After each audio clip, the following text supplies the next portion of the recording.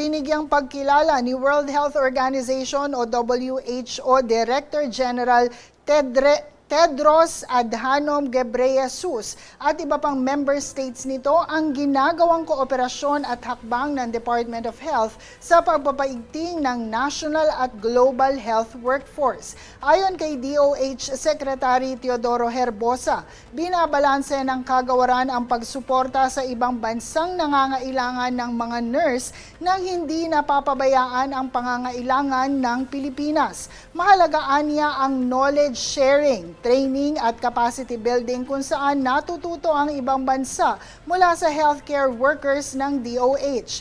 Dagdag pa ng kalihim, sa ganitong paraan na ibabahagi ng mga Pilipinong healthcare workers ang kanilang clinical competence, cultural adaptability at mataas na standards sa healthcare delivery na siyang hinahanap ng ibang bansa mula sa ating mga kababayan.